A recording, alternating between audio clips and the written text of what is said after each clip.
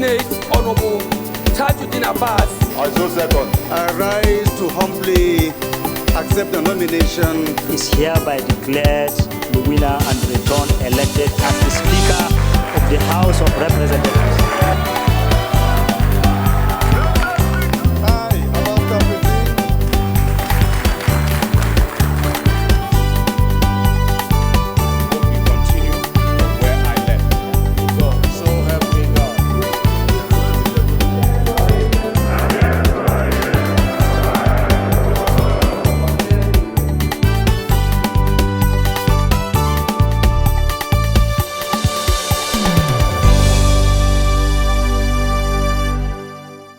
These innocent girls are still in captivity with no good food. Lawmakers tasked security operatives to secure the release of the remaining female students still in captivity in Zamfara State. Lack of proper accountability of funds allocated for COVID-19. And House set to investigate alleged mismanagement of COVID-19 intervention funds. You are welcome to today's edition of House Tickets. Many thanks for tuning in. The 10th House in the last 1 week has been a beehive of activities with the formal inauguration of several standing committees. This is to enable them kickstart the various assignments referred to them by the House for legislative action that will guarantee effective representation and general lawmaking. Swinging into action after its inauguration, the House Committee on Federal Character during its first meeting, issued summons to some MDAs who refused to appear before it. Details of this, plus a review of plenary, make up our package of House tickets. Please stay tuned.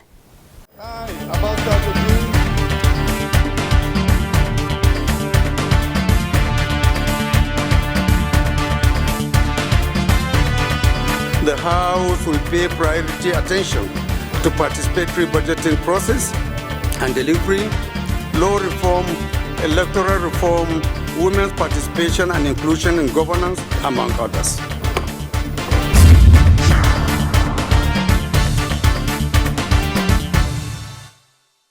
Welcome back. Gold mining in Benue and the attendant consequences, freedom for female students captured in Zamfara, and the fate of Nigerians in war-torn Ukraine are subject of some of the motions considered by the House in the week under review. Details of these and other matters considered during plenary make up our first report on the program. Please stay tuned.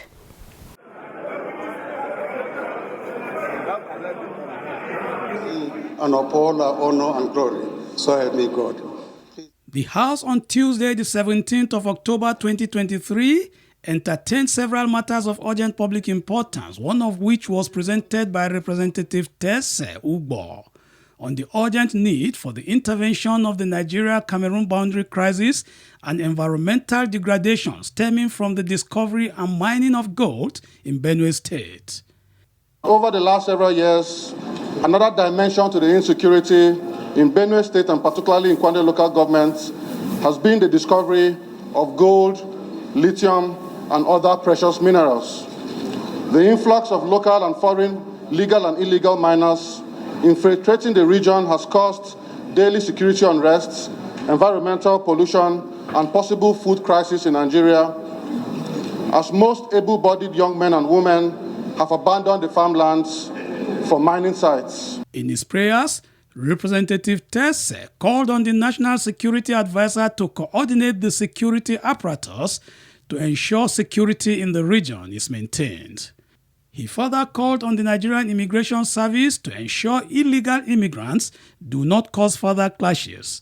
The lawmaker also called on the Ministry of Trade to open up the region to legal investment and trade, while calling on the Nigerian Refugee Commission to ensure all refugees are duly coordinated, not to constitute further discord.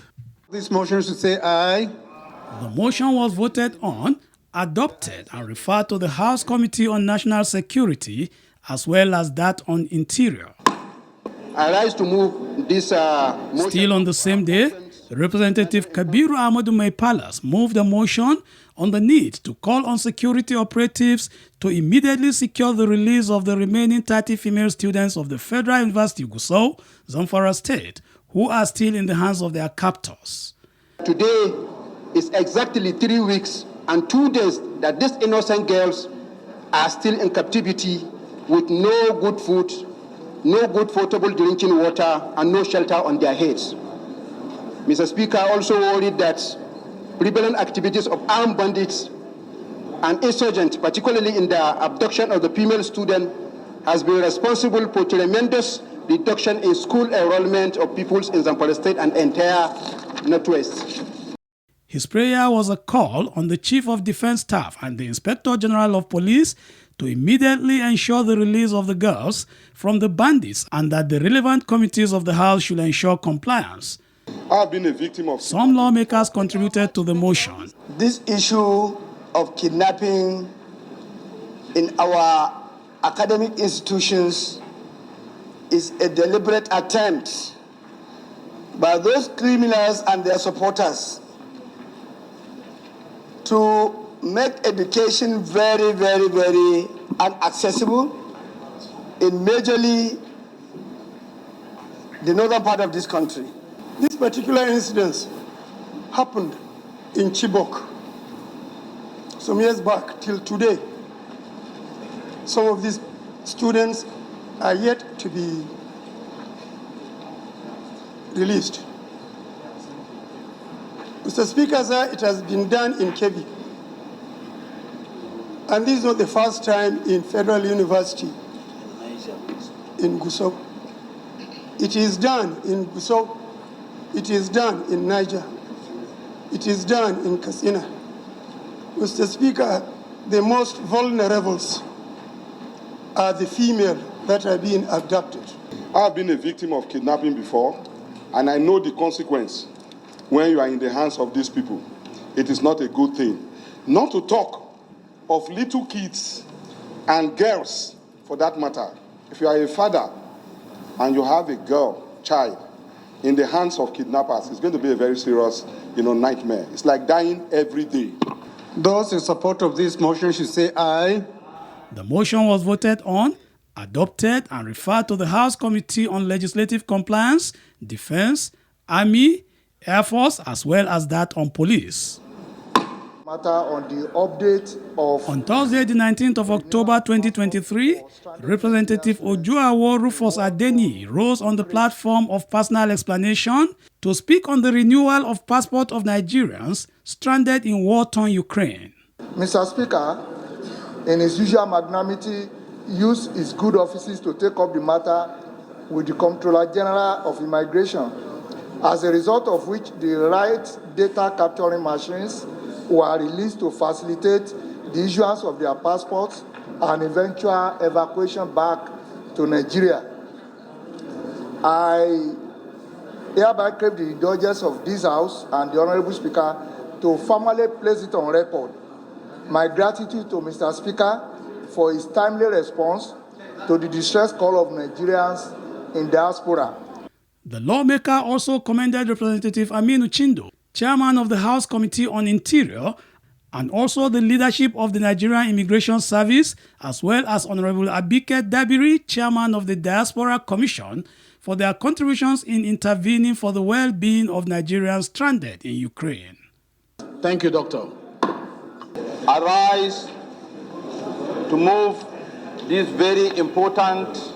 Away from matters of urgent public importance to matters on notice, Representative Zakaria Dauda Nyankpa moved a motion calling for investigation of alleged mismanagement of COVID-19 intervention funds from 2020 to 2022. Lack of proper accountability of funds allocated for COVID-19 intervention by the federal government and global donor agency could partially lead to negative economy rating and loss of opportunities for Nigerians. The motion was voted on and adopted with a resolution to mandate the Public Accounts Committee to investigate the expenditure of the funds appropriated or disbursed as COVID-19 intervention to ministries, departments and agencies of federal government from 2020 to 2022 and report back within 4 weeks for more legislative action. Meanwhile, about 83 bills were presented for first reading, among which are Nigerian Almajiri Trust Fund Establishment Bill 2023, sponsored by Representative Sagir Ibrahim Soki. The Nigerian Institute of Agriculturist Establishment Bill 2023, sponsored by Representative Ali Adeyemi Taufik. Code of Conduct Bureau and Tribunal Act Amendment Bill 2023, sponsored by Representative Joshua Audugana. And Federal Medical Centers Act Amendment Bill 2023, sponsored by Representative Uchenna Harris Okonkwo. Mr. Speaker, I rise. Representative Pascal Agbodike moved for the second reading of a bill for an act to provide financial aid to authors and aspiring authors in Nigeria. In view of the Catch Them Young initiative of the federal government, it is considered opinion that this trust fund is a sure bet to its realization. In conclusion, Mr. Speaker, this trust fund, from its content and purpose, is aimed at assuaging the yearnings of the Nigerian authors whose interests and welfare this bill seeks to address. I therefore solicit your invaluable support to let this bill be read for the second time. Those in support that the bill be read the second time, say aye. The bill was voted on, approved, and referred to the House Committee on Information, National Orientation, as well as that on Ethics and Values. 4 bills were passed at third reading in the week under review. They are a bill for an act to repeal the Fire Service Act, Cap F29, Laws of the Federation of Nigeria 2004, and enact the Federal Fire and Rescue Service Establishment Bill 2023, a bill for an act to establish a national center for the coordination and control of the proliferation of small arms and light weapons in Nigeria, and a bill for an act to establish Chartered Institute of Agribusiness Management of Nigeria to promote the practice and professionalism of agribusiness in Nigeria. A bill for an act to establish the Chartered Institute of Digital Forensics of Nigeria to regulate the practice, including qualifications, training, and skill set of digital forensics among its members, and to determine the standards of knowledge and skills to be acquired by persons seeking to become chartered members of the profession. We will do our best to amend the law. Proper bills that will move our country forward. This country needs to come together. Nigeria will expect a very resolute House of Assembly.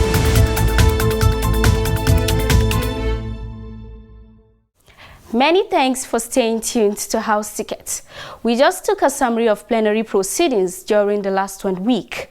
It will be recalled that the House on Tuesday, 9th October 2023, received a letter from President Bola Ahmed Tinubu seeking the House to screen and confirm the nominees of the Board of the Management of the Niger Delta Development Commission, NDDC.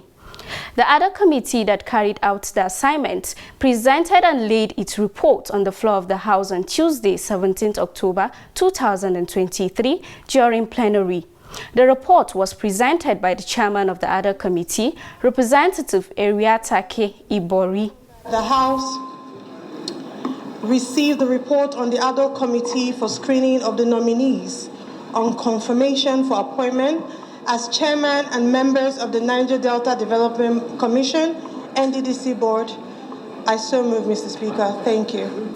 The report was considered same day by the Committee of the Whole, chaired by the Deputy Speaker, Representative Benjamin Okezie Kalu, during which the chairman of the other committee, Representative Eriatake Ibori, gave the synopsis of the report. We carried out our assignment as mandated by the House, and today we have the report before you for consideration and adoption. On behalf of all members of this other committee, I would like to thank the leadership of this House for the opportunity to serve the people of the Niger Delta and this House. Thank you. In summary, the House voted and approved Recommendation 1. And carried. Other reports considered in the Committee of the Whole on the same day and adopted include a bill for an act to establish Chartered Institute of Agribusiness Management of Nigeria to promote the practice and professionalism of agribusiness in Nigeria, and a bill for an act to establish the Chartered Institute of Digital Forensics of Nigeria to regulate the practice, including qualification, training, and skill set of digital forensics among its members, and to determine the standards of knowledge and skills to be attained by persons seeking to become registered members of the profession. Moving on, we will take committee reports next as House committees hold inaugural sessions, even as they begin to carry out their duties for effective representation and general lawmaking. Keep watching.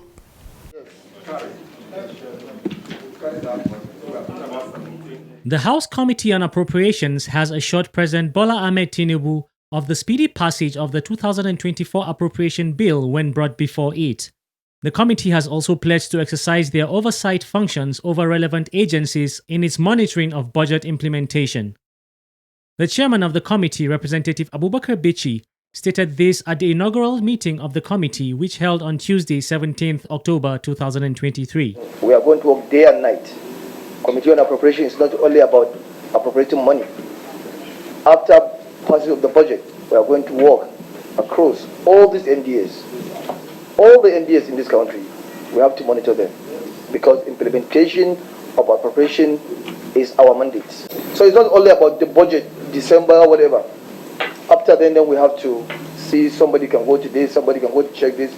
We give you 5 billion, what you do with it, we have to know how you appropriate it, all of that. The chairman stated that the committee will facilitate strategic meeting with chairmen of finance, national planning as well as aids, loans and debt management committees of the House to ensure inclusive budget preparation, appreciable implementation and effective oversight. Representative Abubakar Bichi assured that the committee will carry out its leadership role to facilitate pre-budget meetings with relevant MDAs while ensuring a sustainable collaboration with its counterpart committee in the Senate and other relevant stakeholders. This committee has brought us together. Earlier during the inaugural meeting, some members of the committee gave goodwill messages as well as consider and adopt the committee's work plan. Mr. Chairman, I also want to implore my colleagues and every one of us here that the chairman cannot be an island and that each and every one of us here should make sacrifices to make sure that this committee succeeds. And render to the committee itself, the chairman, the total support he needs to make this a success.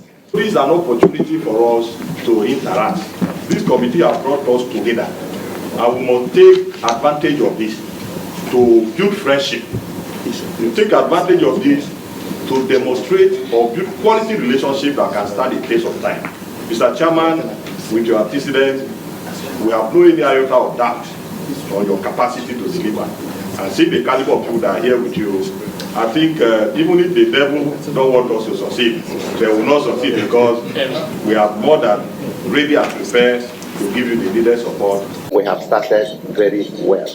In fact, I was thinking everybody will speak to this document, the roadmap, because what it means is from the beginning to the end of our assignment in this session, it's already before us. So I think nothing can be more wonderful than that.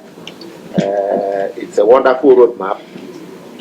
I have also seen that the scope of the committee's assignment is actually going to reflect what is in our standing orders.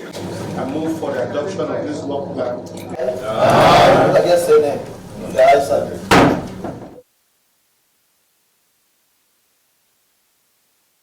Can we have open prayer from our deputy chairman, and then we take introduction.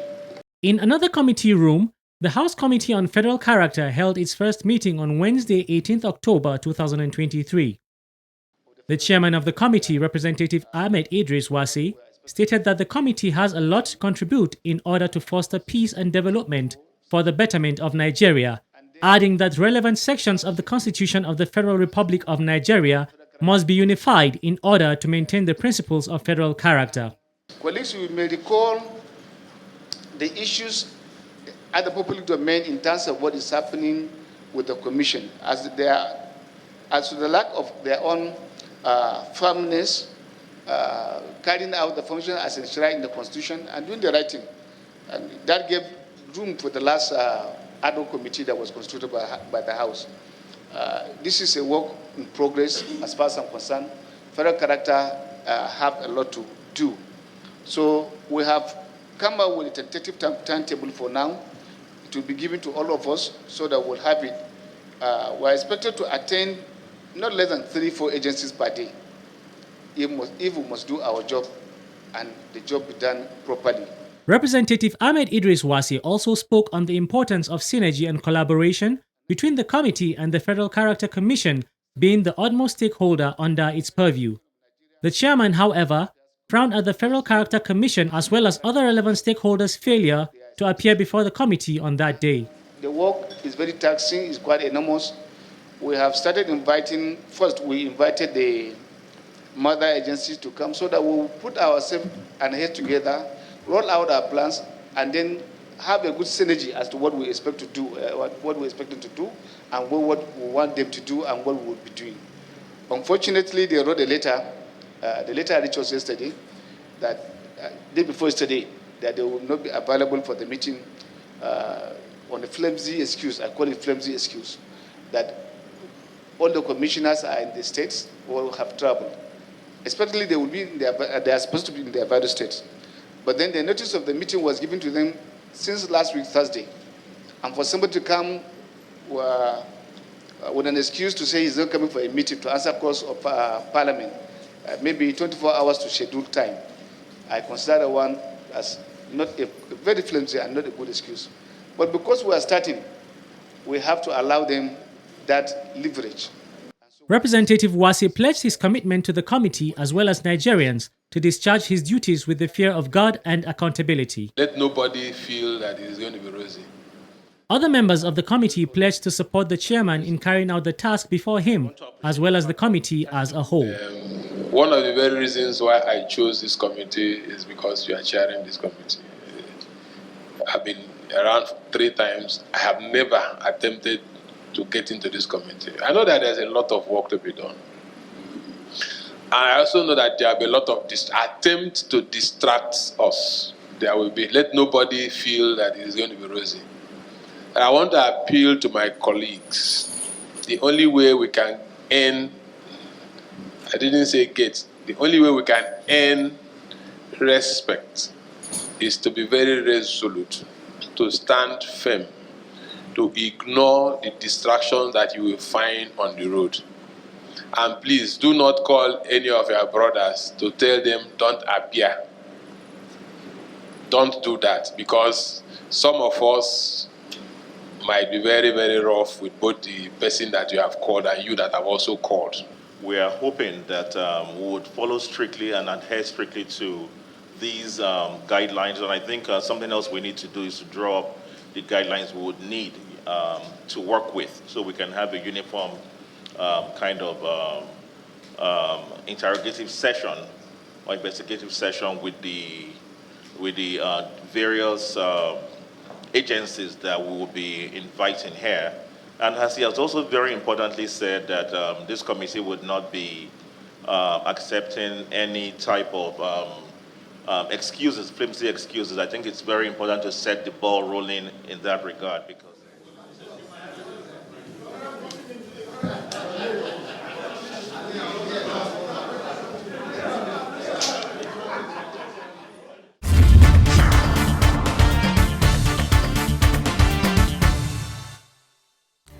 this is where we end the program for today. We believe you have gained more insight into the workings of the House of Representatives. Keep watching House Tickets for more insight into the activities of lawmaking at the Green Chamber. Until I come your way again, it's bye for now.